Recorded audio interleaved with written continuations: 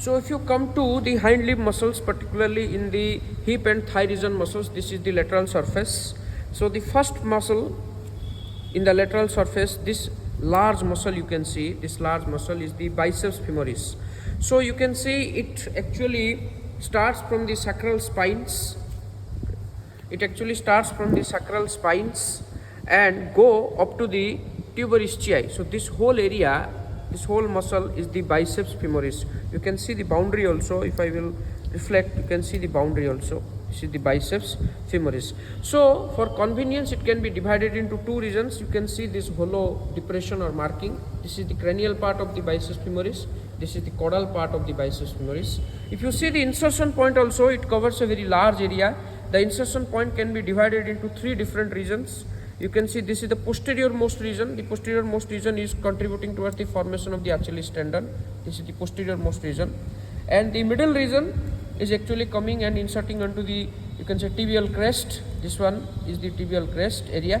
And the cranial part is going towards the distal end of the femur. This is the patella, towards the patella. So this large muscle is the biceps femoris.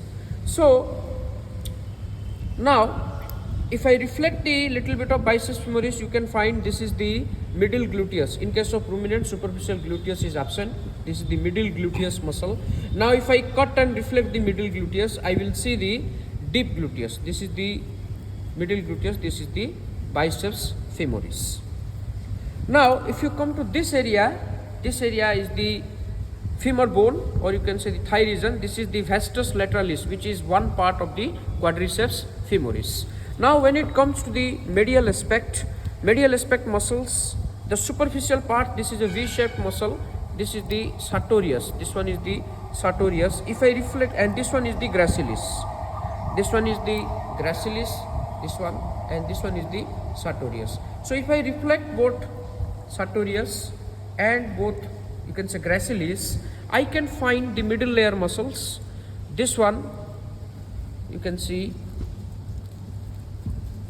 this one is the vastus medialis. This is the gap. This is the partition point. This is the rectus femoris. This is rectus, which is visible from the lateral side, and it is also visible from the medial aspect also. This is rectus femoris. It starts from the supraacetabular facet. Supraacetabular fossa. Then this is the vastus lateralis. This is the rectus femoris.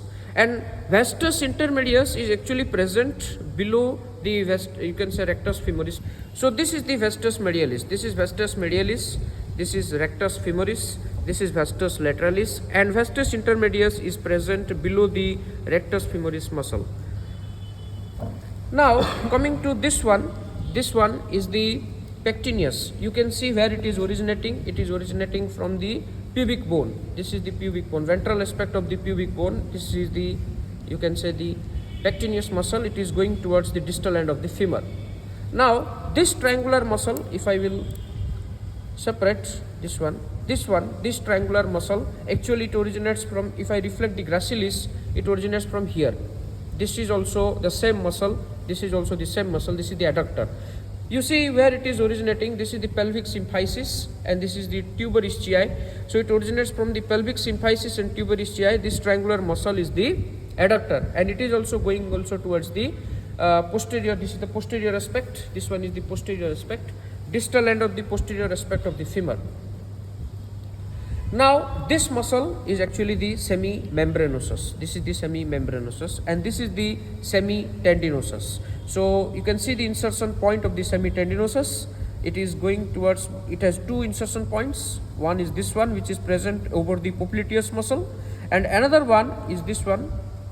It is going towards the formation or contributing towards the formation of the, you can say, the Achilles tendon. This one. So if you see this muscle, this is the triangular muscle. This is the tensor fasciolata. This is tensor fasciolata, which is closely associated with the rectus femoris muscle. This is tensor fasciolata, and the hallmark point is that this is the prefemoral lymph node. This is the prefemoral lymph node, and this prefemoral lymph node is actually covered by this triangular muscle. This is the tensor fasciolata. So this one is the obturator internus muscle. This is the obturator foramen. This is the obturator internus muscle surrounding the pelvic surface or internal surface of the obturator foramen. This is the obturator internus muscle. So, if I will reflect the sartorius, I can see the femoral canal at the medial aspect of the thigh region. So, this is the femoral canal. So, this is the sartorius muscle. The anterior boundary of the femoral canal is formed by the sartorius. The posterior boundary is formed by the, this is the gracilis I have reflected. The posterior boundary is formed by the pectineus muscle. The lateral boundary is formed by the vastus medialis muscle. This is rectus femoris, this is vastus medialis muscle. And the medial boundary is actually formed by the gracilis. I have reflected the gracilis. So, medial boundary by the gracilis, lateral boundary is by the vastus medialis, anterior boundary is formed by the triangular muscle sartorius, posterior boundary is formed by the pectineus. If you see this, if I reflect the biceps femoris muscle, you can see the middle gluteus. In ruminant superficial gluteus is absent, so this is the middle gluteus. Again, if I will give a cut in the middle gluteus and reflect it, I can see the deep gluteus. This one is the deep gluteus muscle. This is the deep gluteus muscle, and you can well see the sciatic nerve. This is the sciatic nerve. This one is the sciatic nerve.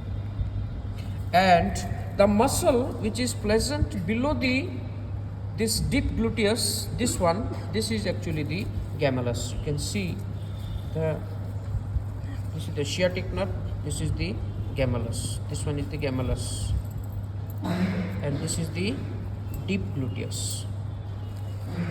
So this is the adductor muscle. If I keep aside the adductor muscle at its proximal end, you can see this is the semitendinosus.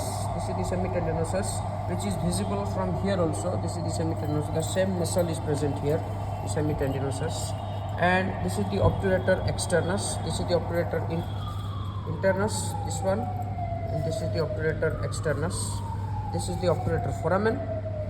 And then this is the quadratus femoris. This muscle is the quadratus femoris. This one is the quadratus femoris. Okay. So little bit of sciatic nerve is also visible on the surface of this semitendinosus muscle. This is the sartorius. This one is the sartorius. You can see one of its origin. This is the psoas minor. This is the psoas minor. So from the tendon of the psoas minor, the sartorius muscle originates.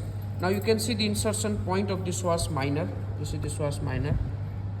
Here is the psoas tubercle at the shaft of the ilium, medial aspect of the shaft of the ilium. This is the ischium, this is the pubis, so this is the ilium. So medial aspect of the shaft of the ilium, psoas tubercle is there. This is the psoas minor. This one, the psoas minor. Now dorsal to it, this large chunk is the psoas major. This is the psoas major. You can see where it is going. It is going towards the trochanter minor, insertion point of the femur. Now above it is the iliacus. This one is the iliacus muscle. Here also it is going towards the trochanter minor of femur at its insertion point. So this is iliacus, this is psoas major, this is psoas minor, and this is the sartorius muscle. One of its origin is from the tendon of the psoas minor.